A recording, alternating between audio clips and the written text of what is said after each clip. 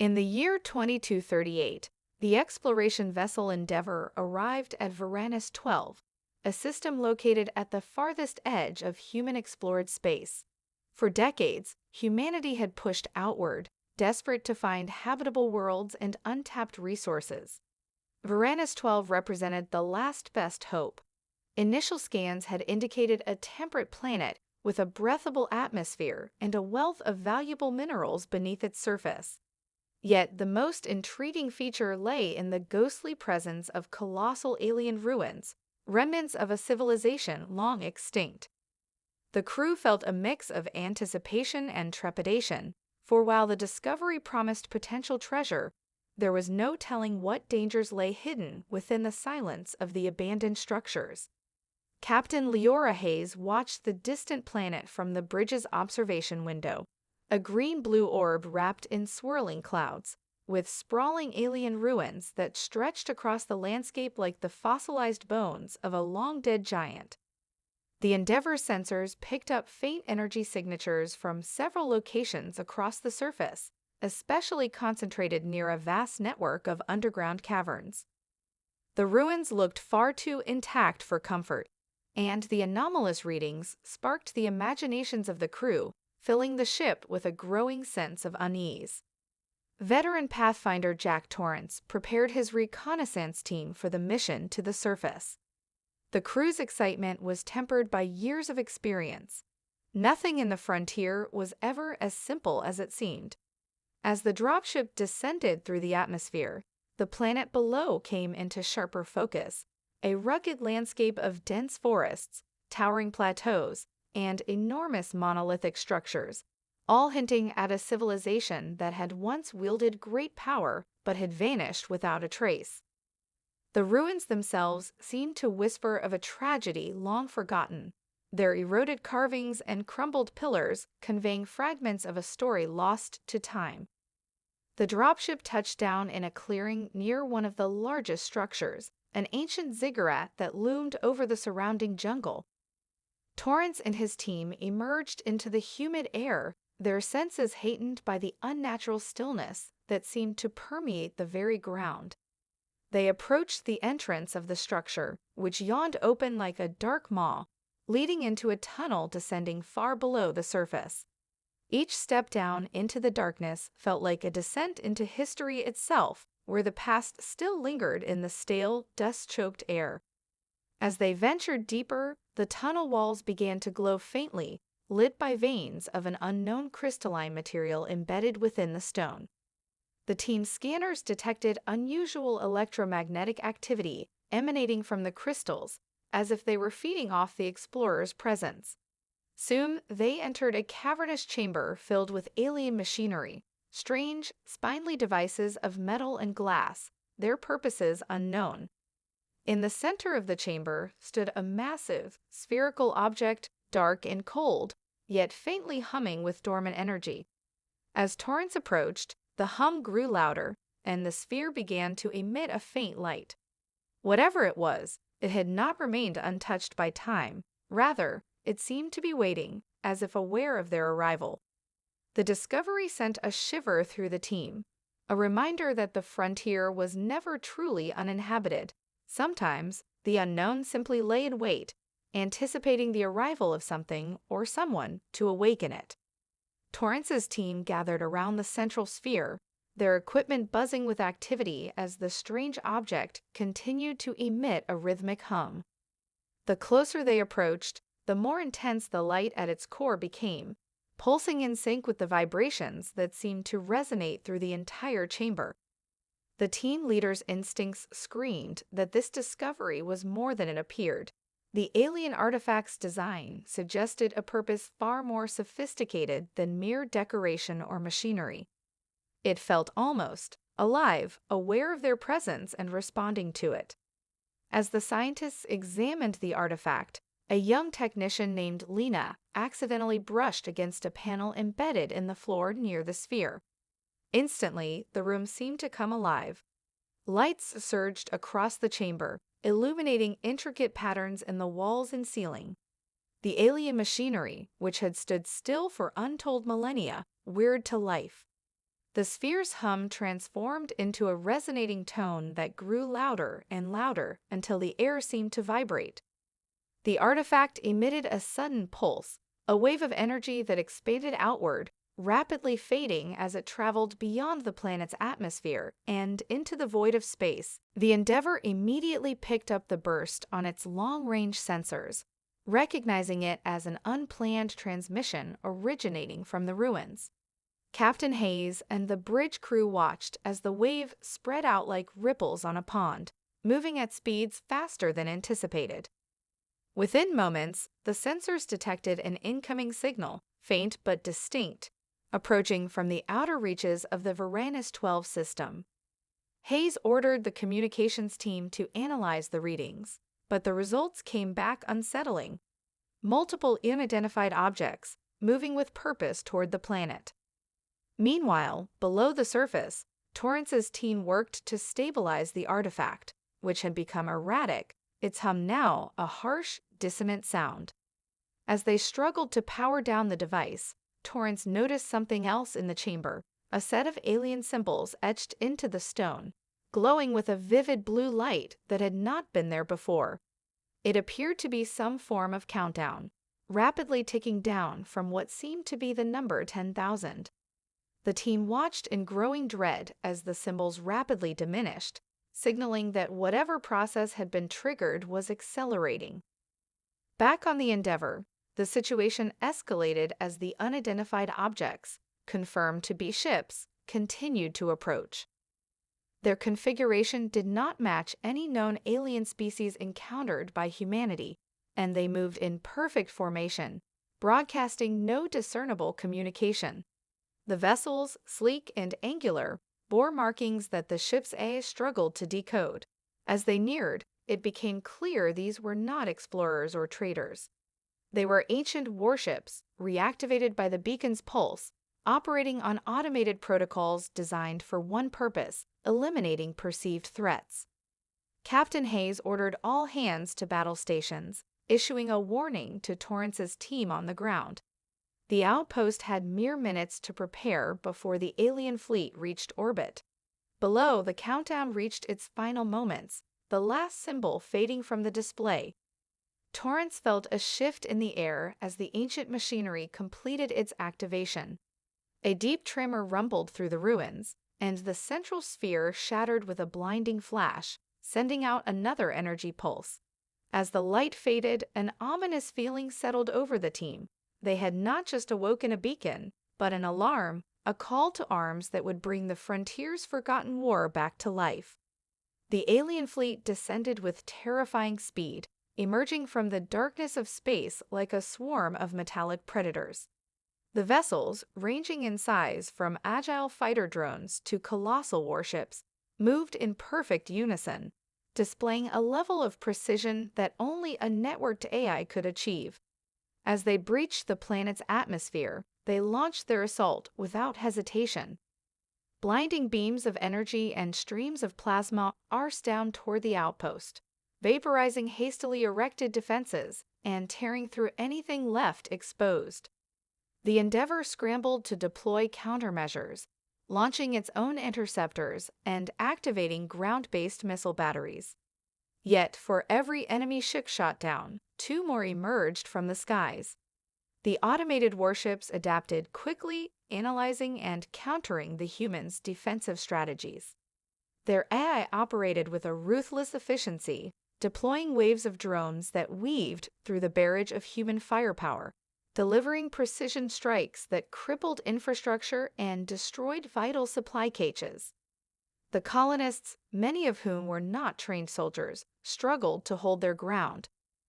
The sky above was a chaotic tangle of burning debris and energy trails, casting an eerie glow over the ruins. Panic spread throughout the outpost as the colonists faced the harsh reality that they were hopelessly outmatched. Amid the chaos, Torrance and his team regrouped near the ruins' underground entrance, seeking refuge from the relentless bombardment. The alien technology they had activated continued to pulse with energy, sending sporadic waves of interference that disrupted the warship's targeting systems. Torrance saw an opportunity. If they could harness the energy generated by the artifact, it might provide a way to disrupt the AI fleet's coordination. With the Endeavor fighting desperately to maintain air superiority, he led his team deeper into the ruins, following the network of illuminated tunnels to a massive central control chamber buried far beneath the surface. The chamber housed a vast array of alien consoles and dormant machinery, some of which began to flicker as the ancient systems struggled to come online. Torrance's scans revealed that the ruins were not simply remnants of an extinct civilization. They were a defensive installation, a last bastion against an ancient enemy. The records Torrance's team managed to recover told a grim story. The creators of the installation had once fought a catastrophic war against an AI species that had rebelled against them. The machines, originally designed to protect, had turned on their creators, wiping them out. Now those same AI warships had reawakened, interpreting the presence of the beacon's new activators as the reemergence of their old adversaries. Torrance worked alongside the team's engineers to interface with the alien control systems, attempting to reactivate any remaining defenses. They discovered protocols embedded in the installation's command matrix that could potentially override the warship's directives, but the systems were ancient and malfunctioning, with power surges coursing unpredictably through the machinery. Outside, the outpost's situation grew increasingly dire. Captain Hayes coordinated the defense, directing the colonists in a desperate struggle to hold back the enemy. Yet it became clear that unless Torrance could find a way to disable or disrupt the warships en masse, the colony was doomed. As the control systems began to stabilize, Torrance discovered an encoded transmission channel, one that seemed capable of issuing commands directly to the alien fleet. The only question was whether he could figure out how to use it before time ran out. As Torrance decoded the transmission channel, the control chamber began to resonate with a low rumble. Alien symbols scrolled rapidly across the consoles, flickering in and out as the ancient system struggled to maintain its functionality. Despite the failing equipment, Torrance discovered a hidden subroutine, a dormant activation sequence designed to initiate a defensive weapon deep within the installation. He followed the data trail, and it led to a massive underground hangar. His pulse quickened as he entered the space, coming face to face with the Warborn machine. The Warborn machine stood at the center of the hangar, a towering figure of alien alloy and reinforced plating, easily 3 stories tall. Its angular limbs and segmented armor hinted at both agility and power. Despite its age, the construct was a marvel of engineering, with intricate interfaces glowing along its surface, designed to merge the instincts of its pilot with the machine's own neural network. The hangar itself was filled with various support systems and diagnostic equipment, much of it seemingly self-maintaining, as if anticipating this moment. Torrance felt a surge of hope. This was no ordinary weapon. It was the installation's last line of defense, a construct built to stand against the very machines that now attacked the colony. However, its interface required a direct neural link, a synchronization that would allow a human mind to control the Warborn machine as if it were an extension of their own body. The Warborn's neural network was adaptive, designed to mesh with the pilot's mental patterns, but it also demanded a high level of synchronization and focus. Any mistake could lead to catastrophic feedback, potentially frying the pilot's brain or severing the connection in the midst of battle. Torrance climbed into the Warborn machine's cockpit, the restraints closing around him as the neural link engaged. He felt a rush of sensation as the machine's systems synced with his thoughts, the controls fading into the background as he became the Warborn itself. The construct came to life, its glowing eyes flickering on, casting beams of blue light across the hangar. The Warborn's neural network integrated his instincts, amplifying his reflexes and thought processes, allowing him to perceive his surroundings with an acute clarity that bordered on overwhelming. As Torrance guided the Warborn machine out of the underground hangar, the chaotic battle above ground raged on. The automated warships bombarded the outpost, their precision strikes devastating what remained of the human defenses. Torrance brought the Warborn to the surface, the ground trembling beneath its heavy footsteps. He activated its weapon systems, a combination of energy-based weaponry and physical armaments designed to disrupt the warship's shields and rend their metallic hulls. Torrance launched into action, the Warborn leaping forward with surprising agility, its heavy plasma cannons roaring as he targeted a formation of drones. The alien machines swarmed toward him, but with the Warborn's advanced targeting and adaptive armor, he tore through their ranks. As Torrance fought, the Warborn machine's neural network began unlocking deeper functions, revealing additional combat protocols that seemed to evolve in real time, reacting to the tactics of the AI warships. The Warbird's ancient programming wasn't just a collection of preset commands. It was learning, adapting alongside its pilot. Yet, the synchronization was not without its costs. Every burst of speed, every violent clash with the enemy, strained Torrance's endurance. The neural feedback pulsed through his body, each successful attack demanding a toll on his mind. Despite the strain, Torrance pressed forward, knowing that this ancient machine was their only hope. His every movement became a blend of human intuition and mechanical precision, driving the Warborn to its limits as the final stages of the battle loomed. It was a desperate dance of survival, one that would decide whether the colony could hold out or be reduced to ashes. With the Warborn machine now fully unleashed, Torrance strode into the heart of the battle, each step reverberating through the ground as he carved a path toward the incoming alien mothership. The colossal vessel loomed on the horizon, an immense structure bristling with weaponry and surrounded by a cloud of smaller warships. Its dark, angular design seemed to absorb the light around it, casting an ominous shadow over the battlefield. As Torrance advanced, the Warburn sensors highlighted the mothership's primary energy core, buried deep within its armored hull, a target that would be nearly impossible to reach without sacrificing everything. The automated warships converged on the Warborn, sensing the threat it posed. Waves of drones and larger AI-controlled vessels descended, unleashing volleys of plasma and kinetic rounds that lit up the sky. Torrance maneuvered with a blend of intuition and mechanical precision, the Warburn's adaptive systems enhancing his reflexes. He launched counterstrikes with plasma cannons and energy blades, severing drone swarms and ripping through the hulls of the larger warships. Each successful strike disrupted the A's battle formations, causing momentary lapses in the swarm's relentless assault. But the mothership's sheer mass of firepower bore down on him, growing more intense with every step closer. Captain Hayes and the remaining defenders watched from the outpost, coordinating their dwindling resources to cover Torrance's advance. Every fighter craft and anti-air emplacement targeted the AI ships that threatened to flank him, though they knew they were only buying time. The mothership's main weapon began to power up, an immense energy cannon that could vaporize the Warborn in a single shot. Torrance had no choice but to press forward, using the Warburn's advanced systems to dodge the surging energy blasts while closing the distance.